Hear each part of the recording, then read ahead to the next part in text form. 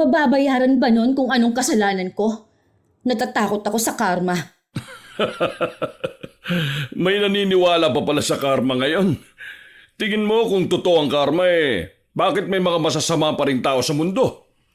Ibig lang sabihin nun, ang karma na yan, paniniwala lang yan ng bawat tao. Kumbaga, iniisip lang nila yung pampalubag loob na hindi kasi sila makaganti kaya iisipin na lang nila na karma ang gaganti para sa kanila. Pero kung may isang araw na bibigyan sila ng pagkakataon magkaroon ng kasalanan, makikita mo na bawat tao may demonyo sa sarili nila. Pabor pa nga ang kapalaran sa mga taong masasama ang ugali, hindi ba? Konsensya lang yan nasa utak mo, kaya iniisip mo ang karma. Kapag nawalan ka ng konsensya, makikita mong walang karma. Mas masayang mabuhay ng maraming pera kaysa mabuhay na puro konsensya. Hindi ka bubuhayin ng paniniwala mo. Isa pa, kahit na anong pagtatanggol mo sa sarili mo, magnanakaw ka na rin. Pera ang Diyos.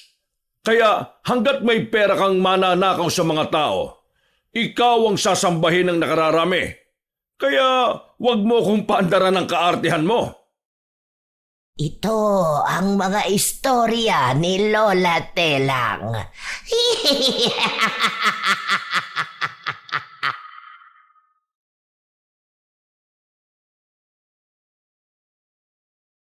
Ang mga politiko, sila dapat ang naglilingkod sa bayan. Pero madalas, sila itong nagpapahirap sa mga tao. Ninanakaw ang mga para sa mamamayang Pilipino. May kahahantungan pa kaya ang buhay ng taong magnanakaw? Ano kaya ang kaparusahang hatid ng kasakiman na ito? May magbabago pa ba o sadyang pagbabayaran na lang ng matagal kapag langit na mismo ang naningil? Nagawa mo na ba yung inuutos ko? Huwag kang papalpak ngayon, ha? Kailangan ko yung pera na yun sa susunod na linggo. Vice, bawal po yun. Hindi naman po pwede yung ganun eh.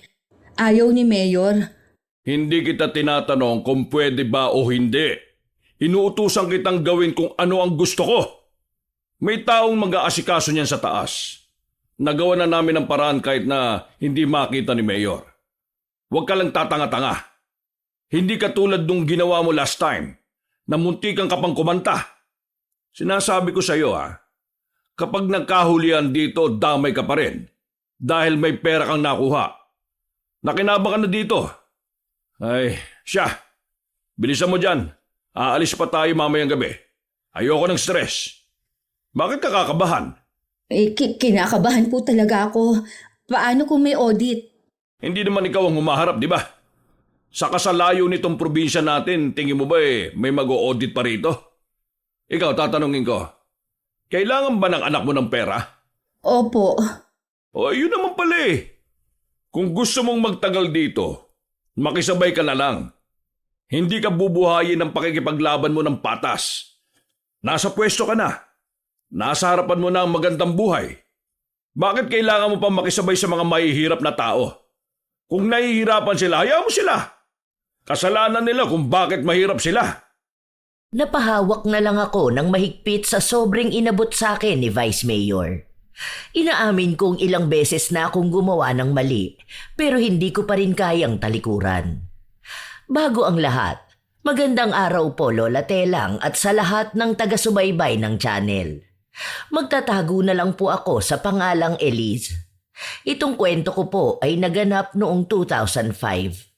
27 anyos pa lang po ako nito. Mag-isa kong binubuhay ang anak kong may sakit sa buto. Naganap ito sa Tagum Bayan sa malayong probinsya. Hindi ko na lang po babanggitin kung saan dahil na rin sa mga sikretong mailalabas ko habang ibinabahagi ang kwento na ito. 2 taon na akong nagtatrabaho sa munisipyo. Alam ko ang kalakaran nila simula pa noon. Bago ako pumasok, galit ako sa korupsyon. Galit ako sa mga nasa pwesto na nanlalamang ng kapwa nila. Naaawa ako sa mga normal na mamamayan. Noong mga panahon na yon, talagang mahirap sa lugar namin. Kami nga ang nahuhuli sa lahat.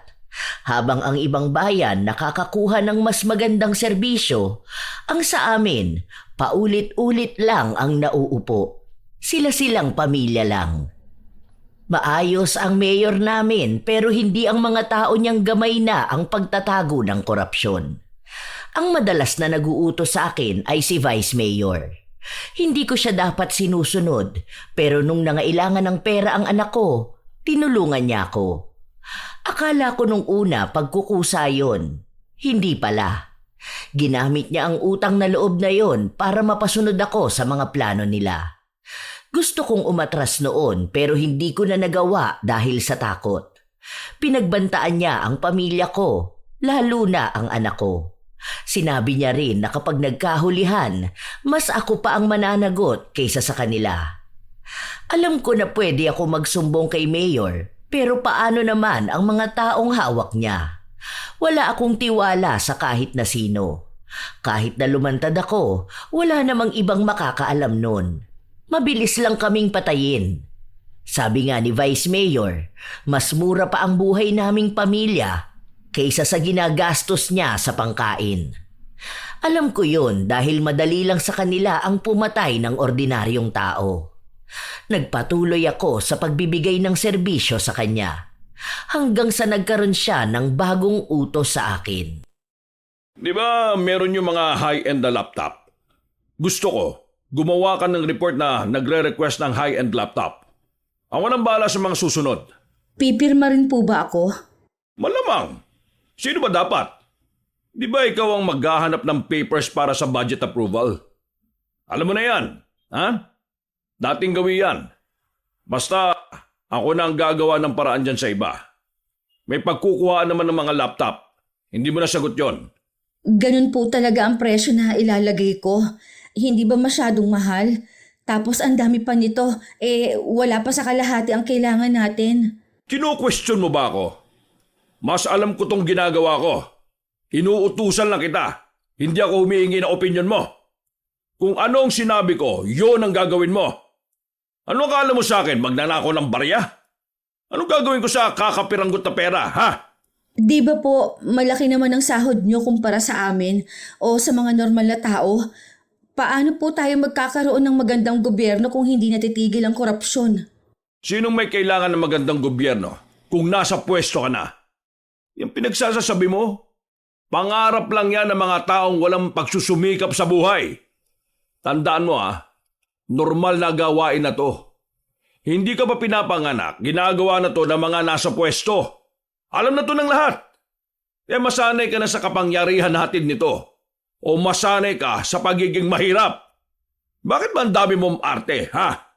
Kunwari ka pang kontra ka sa korupsyon Pero tumatanggap ka naman ng pera na galing sa nakaw. Gusto mo bang maging bayani, ha? Yung magbibigay ka ng pera sa mga mahihirap? Oy, hindi ka si Robin Hood. Mahirap ka lang din na lumamang ng kaunti sa kanila. Kaya huwag ka matakot. Matagal na ang korupsyon. Kahit ilang siglo pang lumipas, hindi na ito mawawala.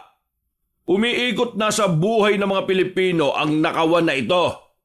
Kaya kahit na isipin mong mababago mo ang mundo, mali ka. Isipin mo na lang na mababago ng perang nakukuha mo ang buhay ninyo. Sinunod ko lang ang utos sa akin. Alam kong masama at mali pero hindi naman ganun kadali makawala, Lola Telang. Sakto pa nung mga panahon na yun, kailangan na kailangan talaga ng anak ko. Naoperahan pa siya noon kaya malaking pera ang kinailangan ko.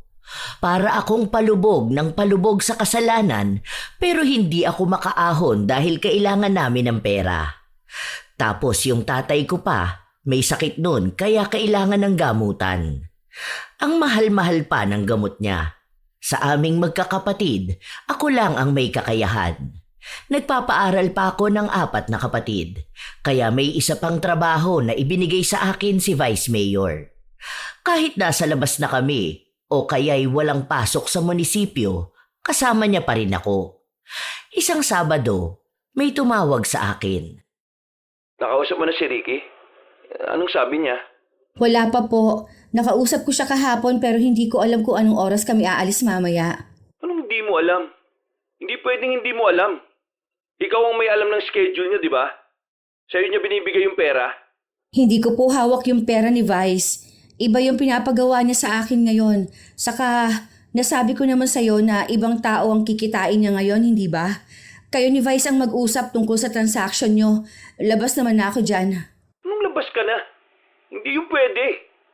Kung ayaw niyong gumawa ko ng iskandalo, sabihin mo dyan sa amo mo, ha? Ibigay yung pera na kailangan ko. Hawak ko lahat ng baho niya. Kaya tandaan mo, ha? Kung anong ikababagsak niya, siyang ikababagsak mo rin.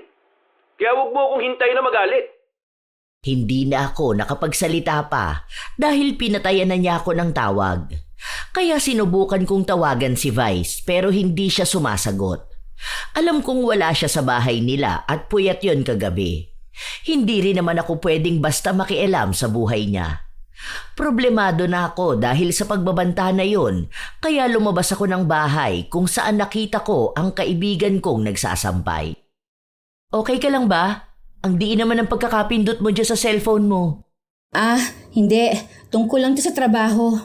Sa trabaho? Wala ka naman pasok ngayon. Iba to. Yung doon sa sinasabi mo sa akin? Bakit? May pagbabanta na naman ba? Alam mo kung ako sa'yo, hanggat hindi pa ganun kabigat ang kaso mo, umamin ka na. Hindi pwede. Baka gusto mong mamatay kaming lahat. Para namang hindi mo alam kung anong kayang gawin ng pamilya niya, di ba? Nung nakaraan nga lang may pinapatay siya eh. Parang ang dali lang sa kanilang gawin yun. Kaysa naman maraming buhay pa ang nasisira. Kung sana may kalaban lang yan tumakbo, hindi yan ang iboboto namin. Halata namang una pa lang na kurakot yung pamilya nila. Lahat sila. Tapos sa susunod tatakbo na yung mayor. Malamang mananalo yan. Wala naman siyang kalaban eh. Mas lalong kawawa ang mga tao Hindi ko alam. Basta nai-stress ako. May pinapagawa pa siya ngayon. Alam mo ba, may bago silang project. Yung pagpapagawa ng poste ng ilaw dyan sa Dolores Street. Paano? Laging may banggaan, di ba? Ang laki ng budget dun, pero wala pang kalahati ang magagamit. O kita mo na? Alam mo yung mga ganyan tapos wala kang ginagawa. Alam mo, sa totoo lang nakakagalit ka rin eh. Magkaibigan tayo.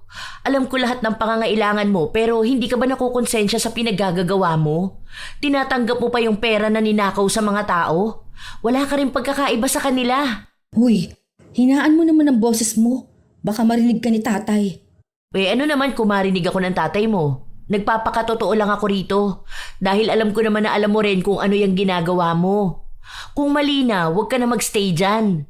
Oo, kailangan mo ng pera dahil may sakit ang anak mo. Tapos mahirap lang din kayo. Na single mom ka. Pero hindi naman ibig sabihin nun, mawiwili ka na rin. Paano na lang yung ibang tao na mas mahirap sa'yo? Yung mga tao na walang ibang malalapitan tapos tinatarantado pa ng gobyerno. Kung naniniwala ka sa pagbabago, huwag mong hilingin yun sa ibang tao. Dapat ikaw mismo, lalo na ikaw ang mas may kakayahan. Hindi ko sinasabi sa ibang tao ang sikreto mo pero sana ikaw mismo alam mo kung kailan dapat tumigil. Hindi yan simpleng pagnanakaw lang ng palay. Pagnanakaw yan ang kinabukasan ng iba. Hindi nga ikaw ang nagnakaw pero ginawa kang kasangkapan. Hindi ko na alam kung ano bang gagawin ko nung mga panahon na yon, Lola Telang. Totoo naman ang sinabi niya.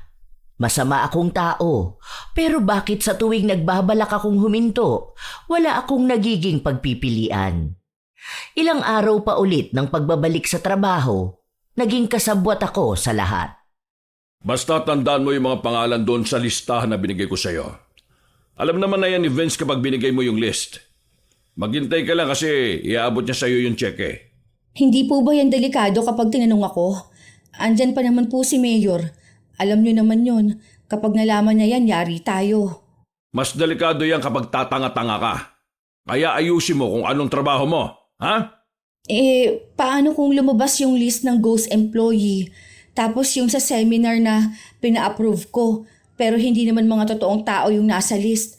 Nanguha lang tayo ng budget. Tapos ano yung kinatatakot mo dyan? Nakalampas naman kay Mayor na, hindi ba? Wala namang tanungan at interview na nakaabot sa akin eh. Ayos na yan. Huwag ka na lang mag-isip ng kung ano-ano. Huwag ka lang talagang maging tanga. Paano kaya yaman yan? Kita mo si Glenda. Nakabili na ng kotse niya. Tapos may resort na pinapatayo. Di ba? Balita ko nga, napagawa na niya yung bahay niya eh. Kaya huwag kang makonsensya. Ang konsensya na yan para lang yan sa mga mahihirap. Kapag nakonsensya ka, ibig lang sabihin nun, wala kang mataas na pangarap sa buhay. Natatakot kasi ako. Tsaka ang hirap makatulog sa gabi. Mahirap makatulog sa gabi. Pero yung pinapakain mo at pinanggagamot mo sa pamilya mo galing naman sa nakaw. Di ba? Kaya hindi ka umaasenso eh. Sumabay ka na lang sa Agos. Hindi naman niya magkakahulihan eh. Sa susunod, ako naman ang magiging mayor. Kaya wala kang dapat ikabahala. Basta susunod ka lang sa mga utos at gusto ko. Walang problema. Yayaman ka. Paano yung sa market renovation?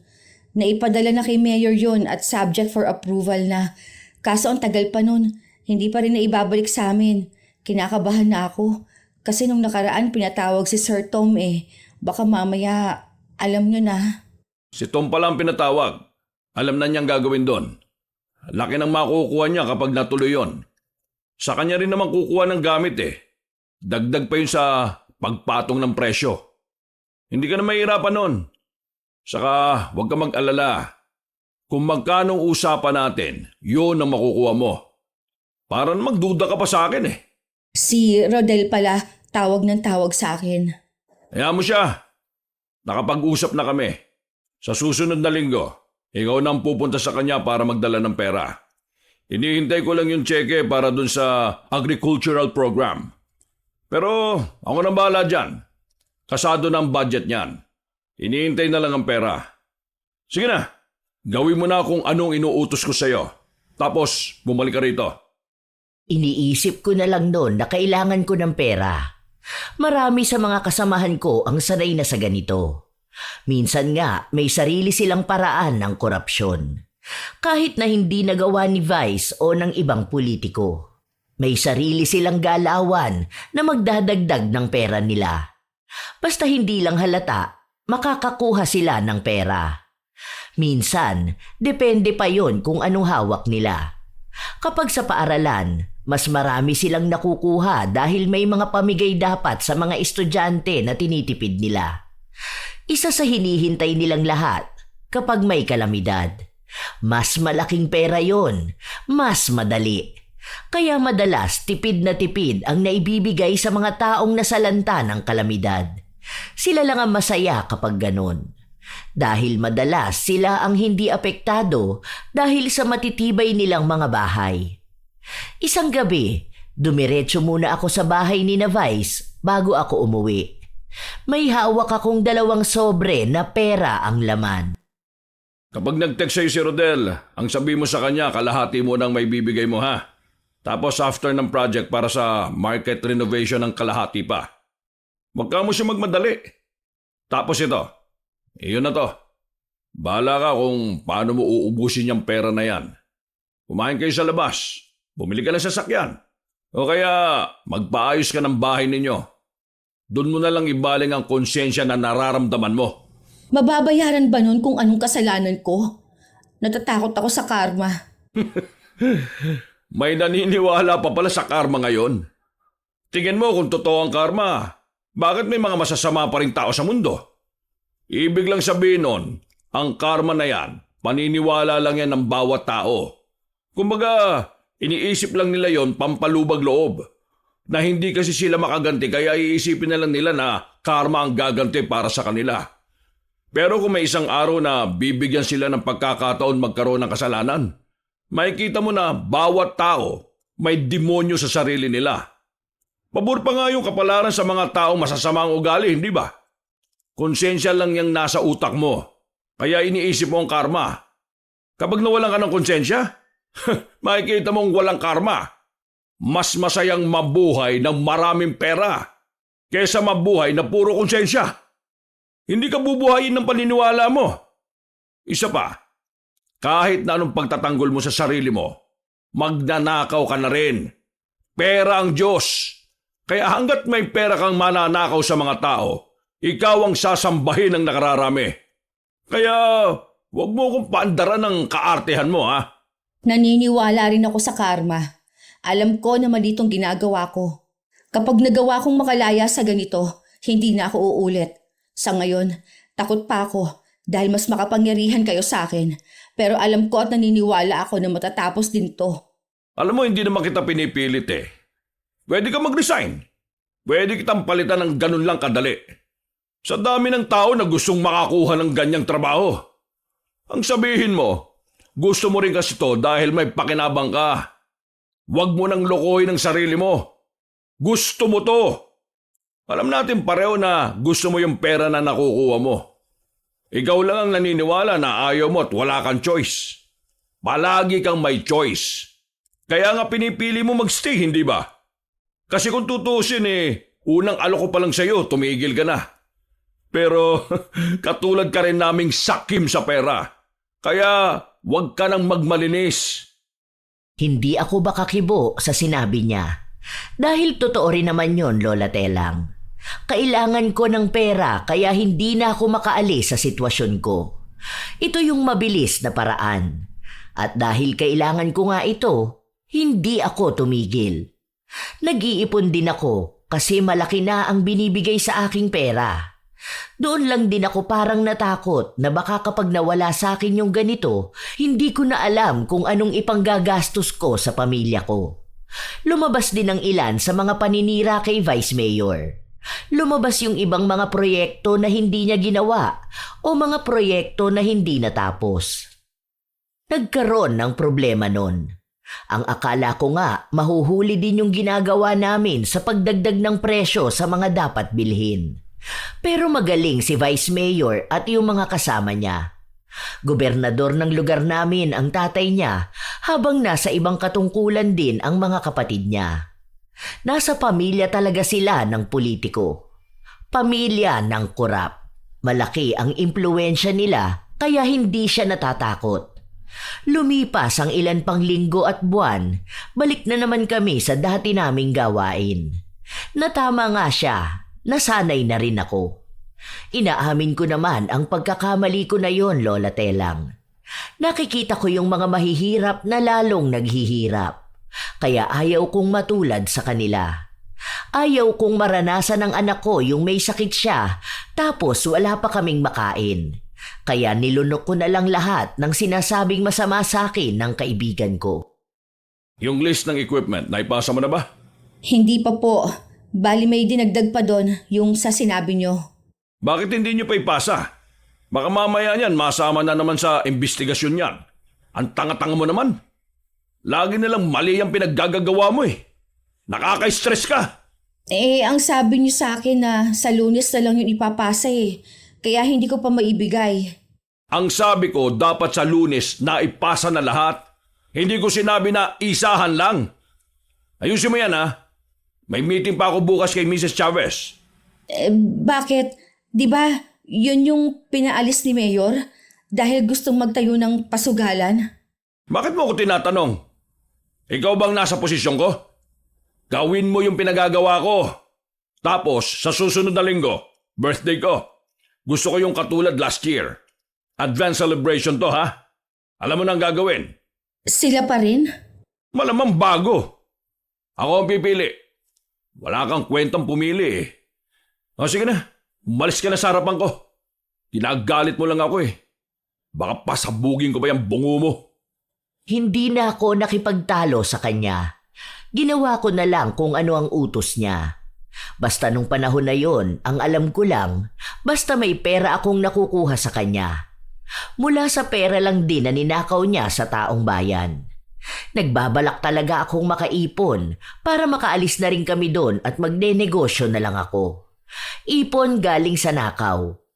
Isang araw, nakipagkita ako kay Rodel upang ibigay ang ipinapaabot ni Vice.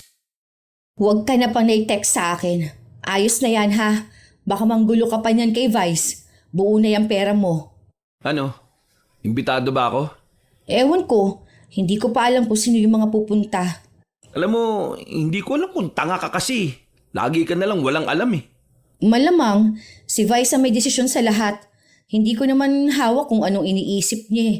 Isasama kita sa list, pero bahala siya kung imbitado ka o hindi. Gusto ko malaman kaagad. Mamayang gabi, text mo ako ha. Kung hindi, ako mismo ang pupunta sa munisipyo. Para ka namang tanga. Ginugulo mo talaga lahat. Takot ka ba na magulo lahat? Ano? Masaya na ba makakuha ng maraming pera mula sa mahihirap? Ha? Bakit sa akin ka magsasalita ng ganyan? Bakit kaya hindi dun sa mga nagnanakaw ng milyon-milyon? Wala naman. Ang cute mo lang kasi kapag naiinis ka eh. Ano ba? Bitawan mo nga ako. Aalis na ako. Basta, sabihan mo ako, ha? Hindi ko na siya binigyan pa ng pansin dahil naiirita ako kapag nakikita ko siya.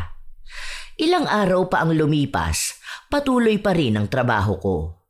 Nakakatakot pero nagagamay ko naman na lahat. Nakikita ko rin yung mga kasama kong may kanya-kanyang gawain. May maliliit na pagnanakaw, may mga malalaki rin.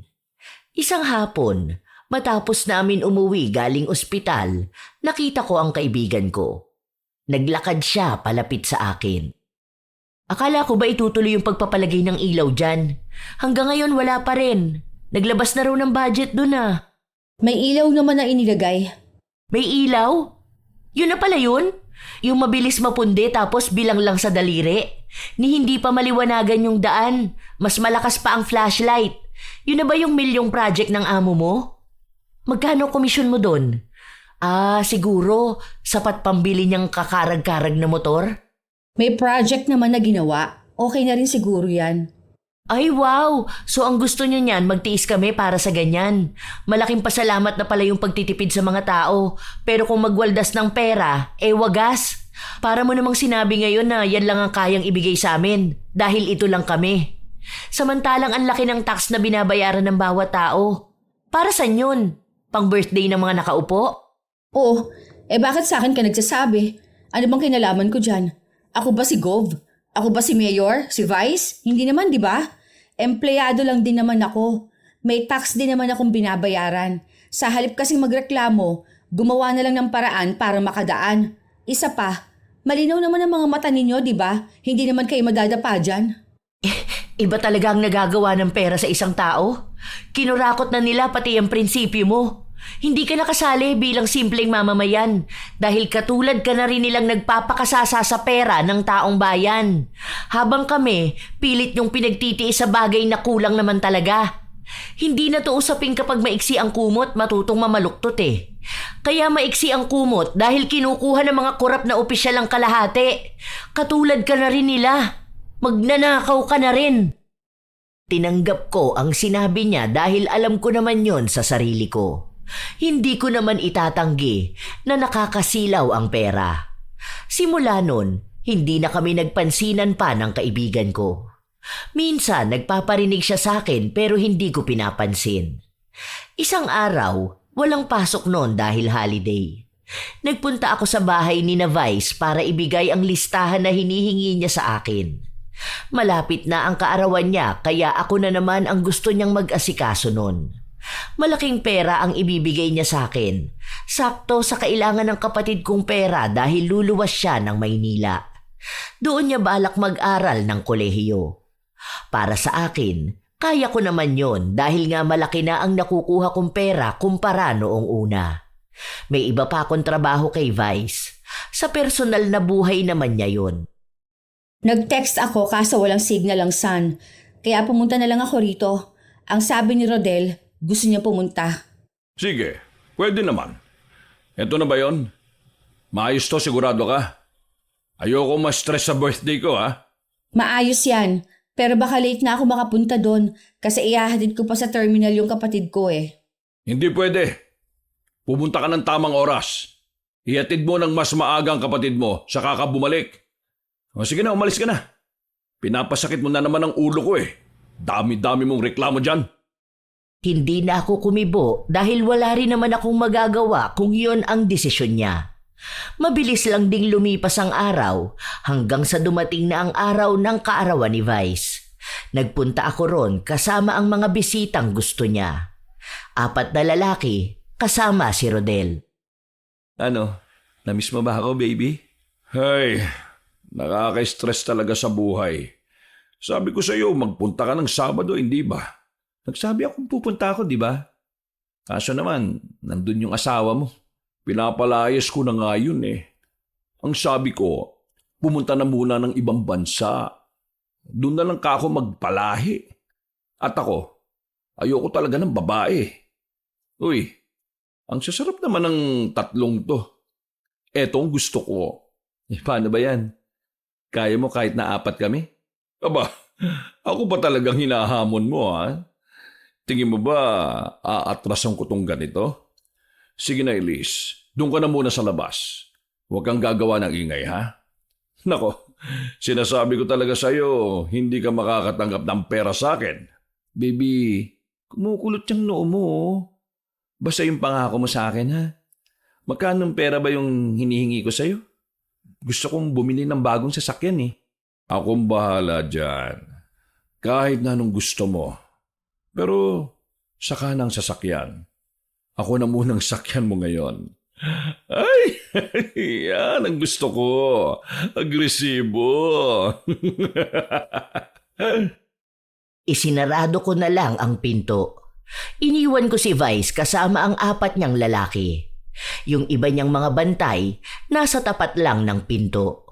Wala namang ibang tao rito sa bahay niya, kaya nasa kusina na lang ako tumambay. Mas maraming pagkain. Matagal ko nang alam na bakla si Vice dahil sa akin siya nang hihingi ng lalaki. Kaya malaki ang binibigay niyang pera sa akin dahil alam ko ang sikreto niyang yon. Wala rin naman akong balak na gamitin sa kanya. Hanggat may pakinabang din ako sa pera niya, pananahimik ako. Ngayon pa ba na parang sanay na ako sa lahat ng galawan niya? Minsan lang napapaisip ako kapag kinakausap ako ng mga magulang ko, pero sinasabi ko naman sa kanila na lahat ng ginagawa kong ito ay para sa pamilya namin. Malakas magnakaw si Vice dahil masyadong maluho ang lalaki niya. Marami naman siyang lalaki, paiba-iba, pero iisa lang talaga yung lalaki niya na pabalik-balik sa kanya at mahal na mahal niya. Si Rodel. Napakagastos nun. Minsan, umaabot pa ng 1,000,000 ang hinihingi niyang pera kay Vice. Nagbibigay naman din ito dahil ayaw niyang iwan siya. May asawa si Vice, pero wala siyang anak dahil halata na ginamit lang niya yung babae pantakip sa tunay niyang pagkatao. Matapos nilang maglaro, umalis na yung 3 lalaki at ako ang nag-abot ng pera sa kanila. Pag-akyat ko sa taas, naroon pa rin ang 2. Hindi na ako pinapasok ng kwarto dahil pinauwi na ako kasama ang pera na bayad sa akin. Ilang buwan pa ang lumipas. May bago na namang pinapagawa sa akin si Vice. Merong program para sa mga senior citizen. Bale, wala si Mayor nun dahil nasa Congress siya. Alam mo nang gagawin mo, ha? Iwasan ang pagiging tanga. Bawal ang sakto. Laging sobra-sobra kapag nasa listahan na. Kaya mo na yan. After niyan, bago ka umuwi, daan ka kay Rodel, ha? Yabat mo tong sobre na to. Paano yung sa relief goods? Hindi ako may hawak nun, si Annalisa. Okay na yon. Tapos na yon. Nakalagpas na yung kay Mayor. Basta ang gagawin mo lang kung ano yung iniuutos ko. Ha? Huwag ka na mangialam kapag hindi mo trabaho. Sinunod ko siya dahil yun naman ang trabaho ko. Kada utos niya naman sa akin, may nakukuha akong pera. Ilang buwan pa ang lumipas, ang daming nangyayari. Ang daming problema ng lugar namin, pero madalas noon ay mas marami pa rin ang nakawan. Iba-ibang pamamaraan. Hindi ko na maisa-isa kung ano ang mga yon. Pero lahat ng bagay na dumadaan sa munisipyo, lahat yon may suhol. May kapalit na pera. Nakikita ko rin kung paano sila nagtatago, kung paano nagbabayad at binubulsa ang pera ng ganun-ganon lang. Paanong ang pinaghihirapan ng mga tao para bang barya lang sa mga magnanakaw. Alam ko na wala naman akong karapatan magsalita ng ganito dahil nga isa rin ako sa mga nakikinabang sa nakaw. Sumapit ang Disyembre. Kapag mga ganung panahon, nagkakaroon ng bigayan ng pagkain. Nagbigay ng bigas pero bawas na nung may mga nakatanggap na. Katulad ng inaasahan, marami ang nagrereklamo pero wala namang nangyayari. Kahit na umiyak sa galit ang mga tao, wala naman silang magagawa dahil iba ang nakaupo. Ang iba doon, sinabotahe lang si Mayor. Ayaw kasi nila ng galaw niya, tapos may huli pa siyang termino kung saan makakalaban niya noon si Vice. Hindi ko alam kung sino ang mananalo sa kanila. Dati kasing mayor namin yung kapatid ni Vice. Napalitan lang talaga nung dumating itong bagong mayor. Kaya nahirapan din silang makakuha ng mga patago nilang proyekto. Pero sadyang matatalino pa rin talaga ang mga magnanakaw. Isang nakakapagod na araw. Matapos naming mamahagi ng mga pamaskong handog, pagod na pagod akong pumasok sa sasakyan ni Vice. May iuutos pa kasi ito sa akin. Malaking pera ang nakuha niya rito. Ibig lang sabihin nun, malaking pera ang isusustento niya sa lalaki niya. Ganun naman palagi ang ginagawa niya. Ninanakawan niya ang mga tao dahil kailangan niyang ibigay lahat ng hiling ng lalaki niya. Kung hindi para kay Rodel, para naman sa mga bago niyang lalaki. Basta, doon ko madalas nakikita ang gastos niya. Alam naman din siguro yun ng kanyang pamilya, pero pinagtatakpan din siya. Ang mahalaga lang sa kanya, nananatili siya sa katungkulan. Para sa ganung paraan, mas mabilis silang makapagnakaw ng pera sa mga ordinaryong tao. Ay, grabe.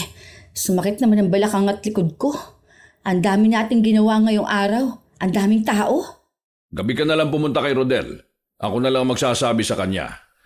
Alam naman niyang abala tayong lahat ngayon eh. Kung hindi siya makakapaghintay, bahala siya sa buhay niya. Ang daming pambabati ko sa nakukuha niyo ngayon Baka naman matalo ka niyan sa susunod na eleksyon. Paano kapag nangyari yon? Alam mo naman ng mga tao, kapag nakakita sila ng mali sa'yo, madali lang din yon kakalat sa lahat. Gaga ka. Kapag ako natanggal, ibig sabihin nun, wala ka na rin pera. Ewan ko kung hindi ka matulad sa mga taong yan. Mga patay gutom sa tulong. Gusto mo ba bumalik sa ganyan? Ha? Yung pumipila ng mahaba para lang sa ilang kilong bigas? Yung panay hingi ng tulong kasi walang pera? Pasalamat ka na lang sa akin kahit papano inalis kita sa lusak mong pamumuhay. Nakikinabang ka rin ng malaki sa akin. Ang dami ko kasing naririnig. May mga kumakalat na ring issue tungkol sa'yo. Pero parang sanay na sanay ka na sa ganun Kasi kahit pagsisinungaling mo, hindi ka malang kumukurap. Wala akong pakialam sa kanila. Alam mo, yung mga tao na yan, kahit anong isyong marinig nila, kapag tinulungan mo yan sila, tatanawin na nilang utang na loob. Ang tawag ko nga sa kanila mga aso Kasi kahit nabigyan mo sila ng tira-tira, ipagpapasalamat pa kung anong naibigay mo. Kapag natulungan mo sila, bayani ka na sa paningin nila. Kaya yung mga kumakalat na issue, madali lang yung pagtakpan. Bigyan mo lang yan ng ilang sardinas at 2 kilong bigas, burado na yun Para ka ng Diyos sa paningin nilang nagligtas sa kanila sa gutom. Kaya nga hindi nawawala ang pamilya namin sa linya Dahil alam ng mga tao kung paano kami mamigay ng mga kakainin nila. Ganun lang umiikot ang politika. Kailangan mo lang gumawa ng bagay na papabor sa mahihirap para akalain nilang mabuti ka. Hindi lang naman akong gumagawa nun Magnanakaw ka. Tapos magbibigay ka rin naman pero konti lang. Pero at least, namigay ka. May mga magagalit na nagnakaw ka, pero may magtatanggol sa iyo na namamahagi ka. O di ba? Mas marami naman ang mahihirap. Mga mangmang. Hindi man lang ba kayo nabahira ng konsensya? Isipin nyo, maraming pamilya ang nawawalan ng maayos na kabuhayan. Nawawalan ng pangarap sa buhay. Naghihirap, tapos yung pera na dapat tulong na rin sa kanila, ay napupunta lang sa pansarili nyo. Para sa luho, para sa kalayawan at mga kababuyan? Paano naman yung mga pangako nyo nung tumatakbo pa kayo na para kayo sa mahihirap? O nasaan na yon? Hanggang sa pangako na lang ba talaga? Hindi ko na sila problema. Basta ako, may pera ako. Ikaw ba? Kaya mo ba ng walang pera? Ano? Hindi ka makasagot, di ba? Dahil alam mo sa sarili mong kailangan mo yon. Kaya naiintindihan mo kung paano umiiral ng korupsyon. Dahil unfair ang mundo. Kaya huwag kang lumaban ng patas. Payo ko lang sa iyo Hanggat may politiko, hindi mawawala ang korupsyon. Dito na umiikot ang mundo natin. Hindi na maalis yan. Hindi na magiging maayos ang Pilipinas dahil lahat ng gustong umupo, gustong magnakaw. Hindi na ako nakakibo sa mga salitang sinabi niya. Nang kinagabihan noon, nagkita nga kami ni Rodel. Pero mukhang hindi maganda ang timpla niya. Nung makarating kasi ako sa bahay niya, amoy alak at sigarilyo sa buong paligid. Tapos, kalat-kalat pa yung gamit niya. Mukhang nagwala siya. Pero hindi ko na problema kung ano yung ginawa niya dahil nagpunta lang naman ako doon para ibigay ang pera niya. Pero nung ibigay ko ang pera, bigla naman siyang sumigaw at nagalit sa akin. Bakit ka ba nagagalit ha? Andiyan na yung pera oh. Dinala ko na nga yan eh. Bukas pa nga dapat yan, pero pinapamadali na sa akin. Kapag nagtatalo kayo ha, palaging ako yung naiipit sa gitna. Hindi ko naman sana kayo kaano-ano eh. Kung hindi lang din dahil sa binabayad sa akin, hindi ko to gagawin no. Andiyan na yung kailangan mo. Yung pera, kulang pa to sa hinihingi ko eh. Tapos ang sabi niya sa akin, ito na yung huling beses na magbibigay siya sa akin. Siguro, nagbibigay ka na ng bagong lalaki sa kanya no? May nakita na ba siyang masigit sa akin, ha? Aba malay ko dyan. Nanghingi lang siya sa akin. Pinaasikaso niya. Yun lang naman ang trabaho ko. Hindi ko na problema yung mga problema sa relasyon ninyo. Kayong dalawa lang ang makakaayos niyan. Gawin mo to ng paraan. Sinasabi ko sa iyo, sabay-sabay kayong babagsak kapag ako nagsalita. Hindi mo gugustuhin kapag ako mismong humarap sa publiko. Lahat ng baho nyo lalabas. At damay ka talaga dun. Ewan ko talaga kung anong mangyari sa buhay mo niyan. Hindi ko nga alam yan. Sige, sasabihin ko sa kanya na mag-usap kayong dalawa. Basta wag nyo lang akong idadamay sa mga ganitong problema ha. Kasi ako inuutusan lang naman ako. Ako na lang magsasabi sa'yo kung kailan kayo magkikita. O kaya siya, kasi nag-uusap din naman kayo. May bahay naman kayong dalawa. Noong una, madalas silang nagtatalong dalawa. Pero nauuwi pa rin naman sa pagkakabati. Hindi ko rin maintindihan si Vice. Masyado siyang adik sa mga lalaki, pero tanging si Rodel ang mabilis na nagpapasunod sa kanya. Basta ang alam ko lang, kahit wala ako, nagagawa nilang magkitang dalawa. May bahay kasing binili si Vice, at minsan naroon sila. Nung panahon na yon, wala naman agad nakakakuha ng litrato tapos ilalagay sa social media. Kaya kahit na bakla siya, hindi makukuhanan ng litrato. Kung may ibang tao na magbibintang sa kanya, wala naman silang magiging ebidensya. Lalo na at pinapakita niya sa publiko na maayos silang dalawang mag-asawa. May isang beses pang isinama nila ako, pareha silang naglalandian sa sasakyan. Hindi ko alam kung may ibang milagro pa silang ginagawa dahil malikot ang mga kamay nila. Hindi ko rin naman sila tinitingnan. Mamaya na lang tayo sa bahay, baby. Kakagating ko talaga yung tenga mo eh. Kapag nakikita talaga kita, pinanggigigilan na kita eh. Ang sarap mo naman kasi. Ikaw lagi mo na lang akong pinanggigigilan Nakakainis ka na talaga. Sino ba naman kasing hindi manggigigil sa'yo? Ako nga dapat tong magtatampo eh. Paano? Yung iba mong lalaki ang madalas mong kasama. Nagsiselos na kaya ako. Tapos, magkano lang yung binigay mong pera sa akin nung nakaraan? Ano naman gagawin ko dun? Huwag ka na magtampo. Binibigay ko naman sa'yo lahat, hindi ba?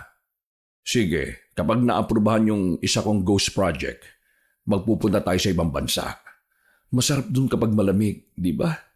Tapos, magpapainit tayong dalawa. Talaga ba? Sige nga, kiss mo nga ako. Mamaya na lang kapag nasa bahay na tayo. Nakakaya eh. May ibang tao kaya dyan. Gusto ko, kapag tayong dalawa na lang, gusto kong bigyan ka ng mas marami pang kiss. Nakakadiring pakinggan, lalo na kapag nakikita ko pa kung paano maging bakla si Vice Mayor. Malayo talaga sa iisipin ng iba na bakla siya dahil hindi halata. Gwapo siya sa edad niyang yun Kaya kahit na may asawa siya, minsan ay may mga babae pa rin na nagkakagusto sa kanya. Pero wala pa akong nakita na pinatulan niya. Kapag lalaki, yan ang mas madaling lumandi sa kanya. Bago kami makauwi, nagbigay siya ng malaking pera kay Rodel. Binigyan niya rin ako ng pera na isiniksik ko sa loob ng bag ko. Habang naglalakad ako pa uwi, nakasalubong ko si Lydia. Tiba-tiba na naman sa pera yan. Lalo na ngayon, magpapasko. Ang galing no? Habang kami ang naibigay lang sa amin 2 kilong bigas at 2 noodles. Malamang yan ikaw, nakasobre pa ang pera mo. Hindi ka nahihiya? Please lang ayoko ng gulo. Pasalamat na lang kayo na nakatanggap kayo ng pamigay. Kasi hindi lahat ng tao nakakakuha niyan. Pasalamat? Pasalamat saan? Sa ganong bigay? Aba, iisa na ang sagutan mo ngayon. Kaparehas na kaparehas dun sa mga iniidolo mo. Naging panatiko ka na rin ng mga kawatan na politiko. Ni hindi mo man lang naisip kung saan ka nagmula. Kung nasaan ka pa rin hanggang ngayon. Ayoko makipagtalo sa'yo. Pagod ako ngayong araw. Ayaw mo talaga. Dahil sino ka ba naman para makipagtalo pa, di ba? Kung ipaglalaban mo ang sarili mo, iisa lang ang ibig sabihin nun. Kasama na nila yung kaluluwa mo sa impyerno. Kaya kahit na anong sabihin mo, mananatili kang masamang tao. Hindi mo mababago ang tingin na yun sa'yo kung hindi mo babaguhin ang ginagawa mo ngayon. Hindi mo alam kung anong pinagdaraanan ko at ng pamilya ko. Kaya wala kang karapatan na magsalita ng ganyan sa akin. Hindi kasi ikaw yung nasa posisyon ko, kaya tingin mo sa akin, kalaban. Aba mas lalong hindi mo alam kung ano pinagdaraanan ng ibang tao. Ng pamilya nila na paulit-ulit tinatarantado ng gobyerno. Sumama ka pa talaga sa panlalamang sa kapwa. Hindi naman problema ang pag-angat mo sa buhay Pero alam mo kung anong problema? Ang pamamaraan mo. Hindi lang iisang tao ang naghihirap sa mundo. Hindi lang pamilya mo ang nilulubog mo sa pagkonsinti sa mga magnanakaw. Yang pera na inabot sa'yo, malaki yan, di ba? Pero alam mo, barya lang yan sa ninakaw nila. Ibig sabihin lang, ganun lang din kaliit ang tingin nila sa'yo. Sinira mo ang sarili mo, ang prinsipyo mo. Mahiya kang tawagin ang sarili mong makabayan kung kasabwat ka ng mga magnanakaw. Mapapagaling ng pera na yan ang anak mo pero kaninong anak ang mamamatay dahil walang sapat na tulong mula sa gobyerno? Dahil yung tulong dapat na yon, naibulsa na. Yun ang isipin mo. O bakit? Uunlad ba ang Pilipinas kapag naging tapat ako? Yayaman ba ang mahihirap? Noon pa man, kahit maging tapat ako, napakarami ng taong mahihirap. Kaya hindi ko nakasalanan kung bakit sila mahirap. Sige nga, sabihin mo sa akin kung magbabago ang buhay ng mga tao dahil sa akin. Hindi, pero hindi ka mahihiyang tawaging makatao ang sarili mo dahil alam mo kung paano ka lumaban ng patas. Hindi ka palaging uusigin ng konsensya mo dahil isa ka sa taga-usig ng magnanakaw. Taong walang prinsipyo at walang dignidad. Walang bagay na mas nakakahiya pang matawag sa pangalan ng magnanakaw. Hindi ko siya pinakinggan dahil alam kong wala naman dapat kahit na anong salita ang makakaapekto sa akin. Napagamot ko naman ang anak ko pero kahit na malaki ang perang nakukuha ko, hindi ako nakakapag-ipon. Para bang kung ano ang binigay sa akin, binabawi rin yun. Lumala kasi ang sakit ng tatay ko tapos yung kapatid ko nagkaroon pa ng problema sa Maynila. Kaya mabilis ding nauubos ang hawak ko. Tuwing ginugusto ko ng higit, nagkakaroon ng mas malala na problema. Hanggang sa isang araw, pinatawag ako ni Vice. Buwisit talaga yon. Hindi ko alam kung nasan siya ngayon. Pero pinagbabanta niya ako na kapag hindi ko binigay yung pera na kailangan niya, ipapadala niya sa munisipyo yung skandal naming dalawa. Meron naman ba? Pinadala na niya sa akin. Ibig sabihin marami talaga siyang hawak, kahit mga litrato. Ay, kilala ko siya. Kapag talagang gusto niyang gawin, gagawin niya. Makakasira siya sa mga plano ko at ng pamilya ko. At yun ang bagay na hindi ako papayag na mangyari. Walang kahit sinong tao makakasira ng reputasyon ko. Magkano ba hinihingi niya? Malaking halaga Tapos ang gusto niya, sumama na ako sa kanya. Hiwalayan ko na yung asawa ko para siya ang piliin ko. May parating na kampanya. Hindi pwedeng masira ang pangalan ko kapag lumabas yun. Hindi pwedeng masira ang pangalan ng pamilya namin. Sure ka ba na gusto mo siya mawala sa landas mo? May nakapatong na sa ulo niya. Kapag may nakapatay sa kanya, mas magiging masaya ako doon. Magkanong ibibigay mo kapag namatay siya? 2 milyon. Kung ako makapatay sa kanya, ibig sabihin, sa akin na pupunta ang 2 milyon na yan? Paano mo naman yun magagawa kung hindi nga malaman kung nasaan siya? Kung yung mga binayaran ko nga hindi siya makita eh. Dahil alam niya na sa pagbabanta niya na to, ipapapatay ko talaga siya. Kukulamin ko siya. Nagpapatawa ka ba? Hindi. Marunong mangkulam ang nanay ko. Pero hindi na siya masyadong gumagawa ngayon dahil itinigil na niya. Kung gusto mo, yun ang gagawin ko. Meron ka bang kahit na anong gamit na may kaugnayan sa kanya? Tapos buong pangalan niya. Alam mo ba? Seryoso ka ba talaga dyan? Problemado na ako Nagagawa mo pa akong tarantaduhin. O bakit? Meron ka pa bang ibang choice? Maniwala ka lang. Saka perang usapan dito. Ang gusto mo lang naman mamatay siya, di ba? Hindi na yun sakop ng paniniwala mo sa itim na kapangyarihan. Basta kailangan ko ng pera. Huli na to. Dahil titigil na rin ako sa pagtatrabaho ko sa'yo. Gusto ko na ng bagong buhay. Ipapadalo ko bukas sa iyo lahat ng kailangan mo. Siguraduhin mong magagawa mo ng tama kung anong gusto ko. Hindi pwedeng masira ang pangalan ko. Hindi pwedeng masira ang mga plano ko. Basta sapat ang halaga, kaya ko. Basta, totoo ka lang din sa pangako mo. Kahit na kailan hindi ako bumigo ng tao. Basta magawa mo ang inuutos ko. Wala akong pakialam kahit magkano pang may bibigay ko sa iyo. Totoo ang sinabi ko sa kanya. Bata ako noong nalaman kong marunong mangkulam ang nanay ko, pero hindi na niya ginagawa ulit dahil iniisip niya na baka ang sumpa ay napupunta sa pamilya namin. Kaya nagkasakit ang tatay ko, tapos pinanganak naman ang apo niya na may kakaibang sakit. Pero ngayon na may malaking perang nakasalalay, gusto kong gawin niya ulit. Ayoko na maging kasangkapan ng magnanakaw kaya gagawin ko na lang kung ano ang sa tingin ko ay tama. Magsisimula ako ng bagong buhay.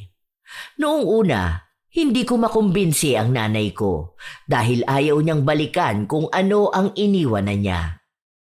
Nay, 2 milyon yun. Malaking pera yun. Hindi na tayo magtitiis maging mahirap. Hindi ko na kailangan magtiis sa paulit-ulit na utos sa akin para sa mababang bigay o sahod. Pwede naman tayong lumayo eh.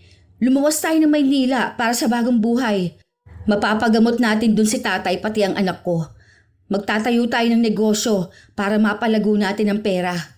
Ngayon lang, Nay. Huling beses mo na itong gagawin. Pangako ko sa'yo, kapag nakuha ko na ang pera, lalagay niya tayo sa tahimik. Ilang araw pa bago ko napilit ang nanay ko. Dahil pinipilit na rin ako ni Vice na gawin yon. Araw-araw siyang nakakatanggap ng pagbabanta. Minsan pa may nagpapadala ng DVD na panakot sa kanya. Ikakalat daw ang malalaswa nilang video na tiyak ay mapapanood ng publiko.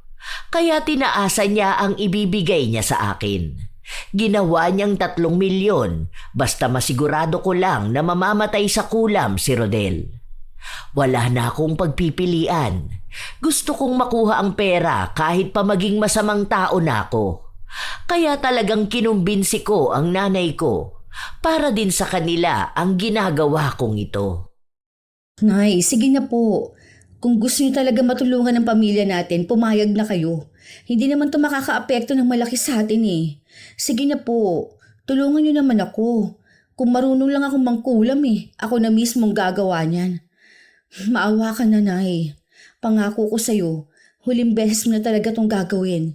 Ito na rin yung huling beses na hihingi ako ng tulong sa kulam. Pagbigyan mo na ako. Napilit ko ang nanay kong gumawa ng ritual. Nakita ko kung paano niya yon ginawa. Meron siyang inilabas sa luma niyang baul.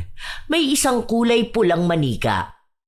Kita ang itim na sinulid na pinantahi rito. Nung ibinigay ko sa kanya ang litrato ni Rodel, binuksan niya ang gitnang parte ng manika sa bandang dibdib. Doon niya isiniksik ang litrato. Matapos nun, nagsindi siya ng 3 itim na kandila. Inilapag niya yon sa sahig, kung saan nasa gitna ng 3 kandila ang manika. Kumuha rin siya ng parang maliit na kadena. Nagritual muna siya bago niya ipinalibot sa manika. Kasunod nun, parang tali na nakababad sa langis. Nakita ko rin na pinatakan niya ng langis ang manika. Doon na siya nagritual. Hindi ko maintindihan kung ano yon dahil hindi naman ako marunong. Basta ang alam ko lang, nakakakilabot ang ginagawa niya. May katagalan yon. Bago 3 beses niyang ibinaon ang 3 maliliit na pako sa dibdib ng manika kung saan nasa loob nun ang litrato ni Rodel. Sinabi niya sa akin na maghintay kami hanggang mamaya. Kapag naupod na ang kandila at natuyo ang langis sa manika, doon na eepekto ang kulam. Nangyari naman yon, kaya malaki ang tiwala ko na mamamatay si Rodel. Kinabukasan, nagkita kami ni Vice Mayor. Ano bang kalokohan niyang pinagsasasabi mo sa akin, ha? Akala ko ba mabilis siyang mamamatay sa kulam? O bakit text pa rin siya ng text sa akin? Nagbabanta siya, oh. Hindi ko lang talaga alam kung nasa nagtatago to, eh. Kailangan mo lang maghintay. Hindi naman ganun kabilis ang mga kulam. May mga kulam na ilang araw pa bago tumalab. Pero tatalab yun. Basta ang usapan natin, ha? Kailangan ko yung pera. Hindi ko yung makakalimutan. Basta siguraduhin mo lang na mawawala sa landas ko ang lalaking yon. Sa oras na masiguro kong patay na siya, makukuha mo ang pera mo. Pero hanggat wala pa, maniwala ka muna dyan sa kulam na yan. Maniwala ka. Patutunayan ko sa iyong totoo ang sinasabi ko. Kinabukasan, maaga akong nagpunta sa munisipyo. Pero nagkakagulo na sila doon. Hindi ko pa alam kung bakit. Hanggang sa nalaman kong may nagpadala ng DVD at noong panoorin nila ang laman, mga malalaswang video ni Vice Mayor kasama si Rodel. Hindi lang si Rodel kundi maging ang iba pang mga lalaki. Wala si Vice noon pero alam ko kung saan siya makikita dahil tinawagan niya ako. Agad din akong nagpunta roon dahil kailangan kong makuha ang pera. Lalo na ngayon na nagkakagulo na. Alam ko na ang susunod dito. Seryoso ka ba? Ginagago mo ba ako? Nakita na nilang lahat yung video. Kumalat na kung saan-saan. Pati sa plaza ay pinapalabas doon. Pinanood nila yung mga kababuyan ko. Nakarating na rin sa iba't ibang ahensya yung video. Tapos hihingan mo ako ng pera sa katarantaduhan na kulam na yan? Hindi naman pwede yun. Hindi ko na kasalanan kung mas naunang lumabas yung mga malalaswang yung video kesa sa pagtalab ng kulam. Pero ngayon, alam ko nang patay na siya. Kaya yung usapan natin, kailangan ko yung pera. Wala kang makukuha na kahit na ano sa akin. Wala akong pakialam kung namatay na siya. Dahil nasira ng pangalan ko dahil sa iskandalo na yon. Nasira ng reputasyon ng pamilya namin. Pero ginawa ko yung sinabi mo sa akin. Yun lang naman ang usapan natin Labas na doon kung ano yung ibang problema.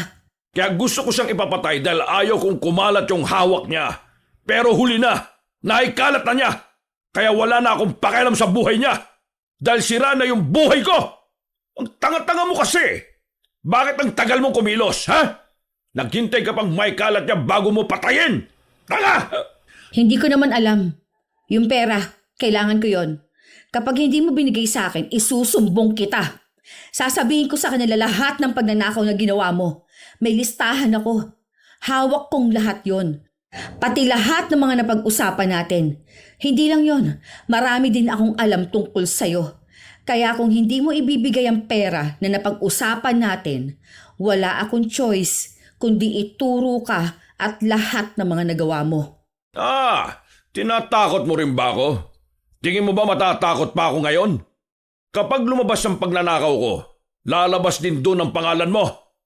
Tandaan mo, ako, kaya kong makalabas ng bansa na to nang walang kahit na sino sa inyong makakaalam. Pero ikaw, isang maliit na tao, mas madali kang ikulong. Tandaan mo lahat ng ginawa ko dawit ka. Sige, gawin mo. Tingnan natin kung may pamilya ka pang uuwian kapag nakalabas ka ng kulungan. Ibigay mo yung perang na pag-usapan natin. Kahit yung 2 milyon na lang. Gusto ko na magpakalayo-layo. Wala ka matatanggap na kahit na ano sa akin. Wala! Buti sana kung inayos mo yung trabaho mo Pero hindi naman Nakalabas pa rin yung hindi naman dapat na makalabas. Nagdagdag ka lang ng problema sa akin. Hindi naman pwede yun. Nagpakahirap din naman ako para dito. Dapat kung ano na yun na pag-usapan natin, yun na yun. Labas na ako sa ginawa niya. Nauna lang talaga yun bago pa umepekto yung kulam sa kanya. Kapag sinabi kong hindi, ibig lang sabihin nun na hindi. Sige, subukan mo pang magsalita. Pasasabugin ko yung bungo mo. Maliligo ka sa sarili mong dugo. Gusto mong lumayo ngayon? Kung kailan nasira na ang reputasyon ko? Ikaw naman ang magtatago ngayon, tapos gagamitin mo pang pera ko? Ang sabihin mo, pera ng taong bayan, hindi mo pera. Kasi kinuha mo lang naman yon sa kanila. Talagang nagsalita ka pa? Gusto mo talagang maggalit ako ng husto? Aalma pa sana ako pero tinutukan niya ako ng baril sa ulo. Hindi ko sigurado kung itutuloy niyang iputok pero nag-aalala ko para sa pamilya ko. Dahil hindi pwedeng maiwan ang anak ko. May sakit siya. Yung tatay ko rin. Tapos hindi naman nakakapagtrabaho ang nanay ko. Yung mga kapatid ko nasa Maynila pa. Sobrang gulo ng nangyari sa buhay ko. Katulad kung paano naging magulo rin ang kay Vice. Noong kumalat ang iskandalo niya, nagkaungkatan na ng mga baho niya. Kasama na roon ang pagnanakaw niya. Mga proyekto niyang iniwan at kinuhanan ng pera. Dahil siya ang sentro ng issue, kahit na hindi niya proyekto, sa kanya na ibinato para siya ang sumalo kapag nagkahulihan na. Pati ako nawala ng trabaho. Hindi ko na kayang pumasok dahil alam kong isa na ako sa iniimbestigahan. Hanggang sa nangyari na nga ang kinatatakot ko. Pinatawag din ako dahil lumabas ang pangalan ko. May mga investigasyon din na tumutugma na isa ako sa naging sangkot. Marami kami pero ako lang talaga ang may pinakamababang posisyon sa kanila. Wala po akong alam. Kahit minsan hindi ko po naisip na maging kasabot sa pagnanakaw. Sinusunod ko lang naman po kung anong utos sa akin eh. Hindi ko po alam kung alin doon ang may kasamang pagnanakaw. Kasi kahit minsan, hindi rin ako tumanggap ng pera sa kanila eh. Malinis po ang konsensya ko. May anak akong may sakit, pati ang tatay ko. Mahirap lang kami. Kaya hindi ko gagawing manlamang ng kapwa ko Pilipino. Wala po akong kinalaman sa mga pambibintang sa akin. Nadawit lang po ang pangalan ko. Pero kahit na kailan, hindi ko naisip na pumirma para lang sa pera. Kaya wala po akong kasalanan. Malinis po ako. Habang lumalalim ang investigasyon, naging mahirap para sa akin ang lahat. Lumalala ang sakit ng tatay ko. Noong may hearing, sa kasamaang palad ay binawian siya ng buhay. Yung nanay ko naman ang sumunod na nagkasakit. Hindi matukoy kung ano ang sakit niya, pero sabi niya sa akin na bigla siya sa paggamit ng itim na kapangyarihan. Si Ricky naman, kasabay ko rin siyang bumagsak. Pero sa kanya, bilang nasa angkan ng politiko, hindi siya masyadong apektado. Nabalitaan ko nga rin na may balak siyang tumakas at lumabas ng bansa. Kahit naging kahihiyan siya sa mga video na kumalat na pumapatol siya sa mga lalaki, may pamilya pa rin siyang nagtatakip ng kasalanan niya. Naging magulo ang lahat. Lumalala rin ang sakit ng anak ko dahil kahit dalhin ko siya sa ospital, walang maayos na pasilidad at gamutan. Habang naghihintay ako sa labas ng ospital, nakita ko si Lydia. O ano, kumusta ka na? Ano na pala nangyari sa kalagayan ni Peter? Okay na ba siya ngayon? Buti na lang kahit paano naisugod mo sa ospital. Walang gamot. Naghahanap pa sila kung saan mas madaling makakuha. Tapos walang kwarto. Kulang din yung mga gamit nila. Pati yung mga nurse. Nakaka-stress tong hospital na to. Kung may pera lang ako, sa private ko talaga siya dadalhin eh. Wala akong choice dahil libre lang dito. Ganito ba talaga to? Ganito ba sila magbigay ng serbisyo kapag libre lang? Hindi naman sa pang-ano ha, pero nakikita mo na ba? Nakikita mo kung anong nararanasan ng mga normal na mamamayan? Ng mga mahihirap? Oo, ganito yun. Walang magandang pasilidad, walang gamot, walang maayos na pagkalinga. Ganyan ang nangyayari kapag yung para sa mga tao ninanakaw ng mga nakaupo at ng mga taong nangungunsinti sa kanila. Sana maintindihan mo to ng maigi. Hindi tayo dapat nakukontento sa kung ano lang ang tira na binibigay ng gobyerno. Dapat meron tayong sapat. Yung para sa atin, hindi para sa puro na lang pagtsatsaga. Kailangan natin lahat ng pera, pero kung yung pera na yon ninakaw para sa atin, tayo-tayo lang din ang mahihirapan. Oo na. Alam ko naman yun eh. Alam ko na kung ano yung pagkakamaling nagawa ko noon. Nangunsinti ako. Tapos ngayon sa akin na ang balik ng lahat. Kung hindi lang rin ako naging sakim at hindi ako nagpakasilaw sa pera. Akala ko mababago kong buhay ng pamilya ko eh. Magiging mas magulo pa pala. Kung alam mo kung anong mali mo, dapat alam mo rin kung ano yung pananagutan mo. Hindi magiging maayos ang lahat kung mananatiling pag-amin lang ng mali ang gagawin mo, pero hindi ang pagkilos para magkaroon ng katarungan. Kung mali ka ngayon, huwag mo hintayin na mali ka habang buhay. Kung ano-ano na lang ang tumatakbo sa isip ko. May mga tao kasing nagagalit sa akin. Hindi ako makalabas ng bahay. Para bang lahat na lang sa akin din ang sisi. Minsan pang pinagbantaan ang buhay ng pamilya ko. Nung nakausap ko ulit si Ricky, hindi na siya nagbibigay ng kahit na anong impormasyon sa akin. Tumanggi rin siyang tulungan ako kahit na ako naman ang dahilan kung bakit namatay si Rodel. Dahil alam ko kung buhay pa yon, magiging testigo pa siya ng mga katiwalian ni Ricky. Sa totoo lang, Lola Telang, kung tinuruan lang ako ng nanay ko mangulam, baka ako na mismo ang kukulam kay Ricky. Pero hindi ko yun magawa. Hindi ko rin naman sinabi sa nanay ko dahil malubha ang karamdaman niya. Kapag pinilit niya ang sarili niya, baka kung ano pa ang mangyari sa kanya. Hanggang sa kusa na akong umamin sa mga nagawa ko. Hindi ko alam kung hanggang kailan na lang din ang buhay ko. Sabi nga ni Vice Mayor, ang presyo ko at ng pamilya ko, presyo lang ng merienda niya sa isang araw. Ganun lang kamura ang buhay ko. Kaya bilang ako ang nakakaalam ng lahat, mas mawawala ng saysay kung mamamatay lang ako. Kaya aamin na ako. Nagsimula ito nung inutusan ako ni Vice Mayor sa iba't ibang seminar na gagawin. Mas malaking pera ang nakukuha niya sa senior citizen program. Halos wala pa sa kalahati ang nakakarating sa mga matatanda. Yung pera niya, ako pang nag-aabot sa mga naging lalaki niya. Dahil bakla si Vice Mayor, ako rin na naghahanap ng lalaki para sa kanya. Si Rodel, yung lalaking kasama niya sa video, matagal na niyang nobyo. Meron akong hawak na ebidensya sa pag-uusap naming dalawa. Mga tawag ko sa numero ng mga lalaki ni Vice Mayor. Kaya ko rin ituro kung sino yung mga nakasama kong tumulong kay Vice Mayor. Para kung mamatay man ako, mababawi ko pa rin ang katiting na dangal na meron ako.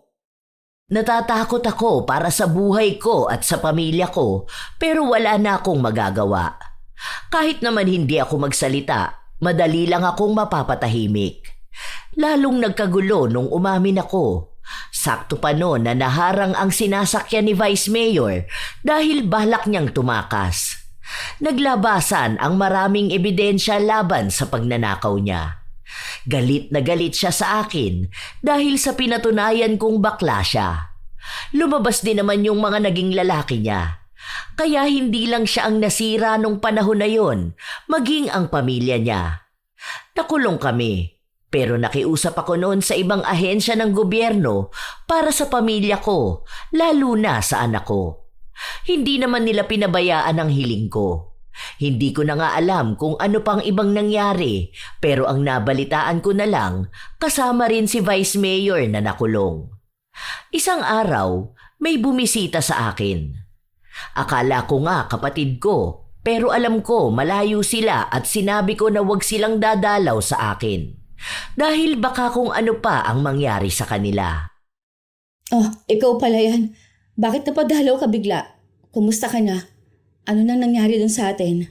Okay naman. Medyo nagiging maayos na. Sana nga tuloy-tuloy na yon. Napadalaw ako kasi may sasabihin ako sa'yo. Huwag kang maingay ha. Alam ko rin naman na wala kang pagsasabihan. Kasi, ito na nga. Ha?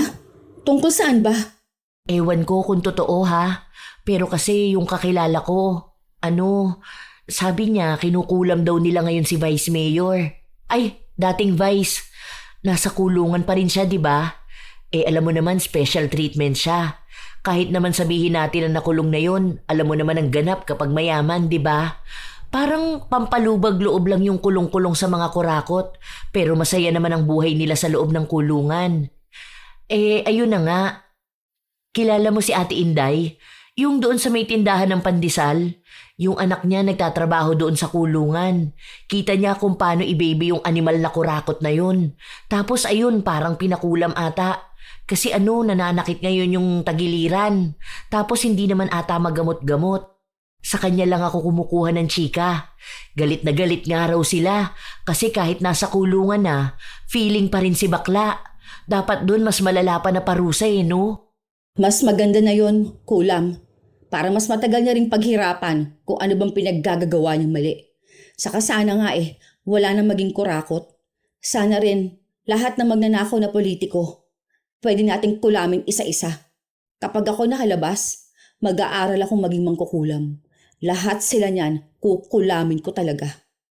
3 taon din akong nakulong, Lola Telang. Mabigat din kasi yung naging kaso ko kahit na naging witness ako. Alam ko rin naman yun at tinanggap ko yun. Bilang parusa ko na lang din sa sarili ko dahil naging gahaman din ako sa pera. Noong makalaya ako, sobrang pasalamat ko dahil makakasama ko na ulit ang anak ko at ang pamilya ko. Ilang beses din akong humingi ng tawad sa nanay ko dahil ako talaga ang dahilan kung bakit siya nagkasakit. 2 taon pa ulit ang lumipas, unti-unti kong binabawi ang sarili ko. Hirap na akong makahanap ng trabaho dahil nga sa kaso ko. Kaya hindi na ulit ako nakabalik sa gobyerno. Nagtinda na lang ako sa palengke dahil sa tulong na rin sa akin ng mga kakilala ko. Yung pamilya ni Ricky, ang balita ko ay nagtatago sa ibang bansa. Malaki rin kasi yung ninakaw nilang pera. Governor pa naman siya at yung iba hindi ko alam kung nasaan na. Dahil simula noong umugong ang iskandalo ni Ricky, nawala na sa linya ang pangalan nila. Wala na ni isa sa kanila ang tumakbo. O baka meron pero hindi na talaga nanalo. Hindi na kami nagkita ni Ricky dahil lumayo na rin naman kami. Nung mga panahon na yon, hindi naman uso ang social media kaya wala nang ibang naging balita. Noong nasa Maynila na kami, walang gaanong naging balita tungkol sa kanya. Ngayong taong kasalukuyan, may social media na kaya may komunikasyon na ako sa mga kakilala ko. Nagpadala si Lydia sa akin ng balita tungkol kay Ricky. Makalipas ang 2 dekada, nakalabas na rin siya. Pero nakita ko sa litrato niyang sobrang payat na siya. Nabaliw ng araw ito dahil naging palaboy-laboy na lang sa lugar namin. Kapag may nakakakita sa kanya, binubugbog siya. Ganon ang naging kapalaran niya. Kasabay na rin siguro ito ng karma na sinasabi niyang hindi tatama sa kanya. Tapos sa kulam din na ginawa sa kanyang hindi na maalis. Ito ang kwento ko, Lola Telang. Alam kong nakakainis ako pero simula naman nung natauhan ako, hindi ko na kailanman naisip na ulitin gawin. Sa panahong kasalukuyan, lagana pa rin ang mga magnanakaw na politiko. Nagkakahiwa-hiwalay ang mga Pilipino kapag usaping politika. Pero kailanman, hindi talaga naging maganda ang pagnanakaw sa iba. Ang korupsyon ay hindi lamang simpleng paglabag sa batas.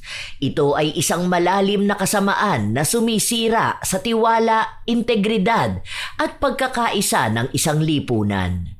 Ang bawat gantimpala na nakukuha sa pamamagitan ng pandaraya ay pansamantala lamang at puno ng panganib. Ang pera o kapangyarihang nakamtan sa maling paraan ay hindi magdudulot ng tunay na kapayapaan o kasiyahan sa puso ng tao. Ang pagiging tapat ay hindi isang opsyon, kundi isang obligasyon sa sarili at sa kapwa. Ang bawat kilos ng panlilinlang ay nag-iiwan ng bakas ng kasamaan na unti-unting sumisira sa pagkatao. Kapag ang isang tao ay nahulog sa bitag ng korupsyon, nagiging madali para sa kanya na gawing karaniwan ang kasamaan. Ngunit sa huli, ang kamalayan ng mali ay palaging sumusunod at ang konsensya ay hindi kailanman mapipigil. Ang mga Pilipino ay dapat magsikap na maging mapanuri at responsable sa bawat aksyon ng kanilang mga pinuno. Hindi sapat ang simpleng pagtutol sa maling gawain. Kailangan din ng aktibong pakikilahok at pagbabantay upang mapanatili ang integridad ng pamahalaan. Tandaan na ang moralidad ay hindi naglalaho. Ang pagpili ng tama kaysa sa mali ay laging may kabayaran. Hindi lamang sa material na bagay kundi sa pagkakaroon ng malinis na konsensya at respeto ng kapwa. Ang pagiging matapat sa sariling gawa ay nagbubunga ng pagkakaisa, kaayusan at tunay na kaunlaran. Ang korupsyon ay panandali ang kapangyarihan lamang, ngunit ang kabutihang asal ay walang hanggan. At ito ang tunay na pamana na maiiwan sa susunod na henerasyon. Alam naman natin mga apo na sa panahon ngayon, malaking usapin talaga ang korupsyon. Kayo ba mga apo, ano ang inyong opinyon sa usaping politika? Ano rin ang inyong opinyon ukol sa ating bagong kwento? Naway nakapaghati nito ng magandang aral sa inyo. Shout out sa ilan sa mga masusugid na tagapakinig ng mga istorya ni Lola Telang. Forever Jojo 38 at sa kanyang mama na si Bernardina Brimon. Gracia Balitaan. Roda Bieri, Adventures of Quezonian, Jenny Velasco, Samantha Pagio, Lovely Valeza, Raymond Yao, Cheryl Vertudazo, Jenna Nolasco, J.Ann Abis, Charmaine Solidad, Shirley Terada, Maria May Montefalco at Justin Curl Pantanoza. Florence Joyce Ferras, Charmaine Ebon. Shout out din sa inyo, Gerald Tiksay, Zay Giyangan at sa Giyangan family ng Bukidnon, Liza Takada at kina Sakura Yamashita at Himari Yamashita, Elaine Cardiente, Winnie Charmy Rose Juan, Tara Dabi, Annaliza Puaso, Rose Ardogitom, Daiben, Via Nolasco, Nika Jean Perez, Cristel Ann Bateo at John Paulo Purisima, Donna G, Iya Domingo. Shout out sa mga apo ko na sina Sydney Crosswind, Supladang Pasaway, Lovely Rose Roa, Kimpoy Feliciano, Hazel Fiesta, Marida Lightworker, Gia Gigi, Francisco Neng at Jeremy Saranillo Francisco, Matt Sarol, Mel Santarita, Esteli Reyes at sa Reyes family ng Marikina City, AJ Chua, Vicky Yabut, Roy Lacandalo, Josefina Fuelias, Chef M, Irisha Bella Tuazon, Mike James Tapak, Will Maleses, Leonisa Cobo, Lurian Vitalicio, Jenny Suzuki, Raquel Hasegawa, Hayashi J. Megan, Maria Lee Nakagawa, Lynn Hasegawa, Elise Padilla, Lydia Lopez, Gemstone Claro, Lance MBB, Rosalina Bugayong, Ami Yong, Ami Bag, Angelina Ignacio, sa buong Team Manok ng Amsik Angeles City, Pampanga, Ray Galedo at sa Galedo family ng Kabuyaw, Laguna, Roslyn Mangilin, Cherry May Libiran, Robert Crimen, Razon Yao, Milrose Demate, Jaime Constantino, Jennifer Makasinag, Alma Naong, Rachel Whitney, Pureza Tagiwalo, Gami Neil Francisco at sa kanyang asawang si Dada Neil Francisco, Arvid Shane Hoiberg Channel, Romina Buado at Angelo Dizon. Ito ang inyong Lola Telang at maraming salamat sa inyong palaging pagsubaybay, pag-aabang at pakikinig mga apo.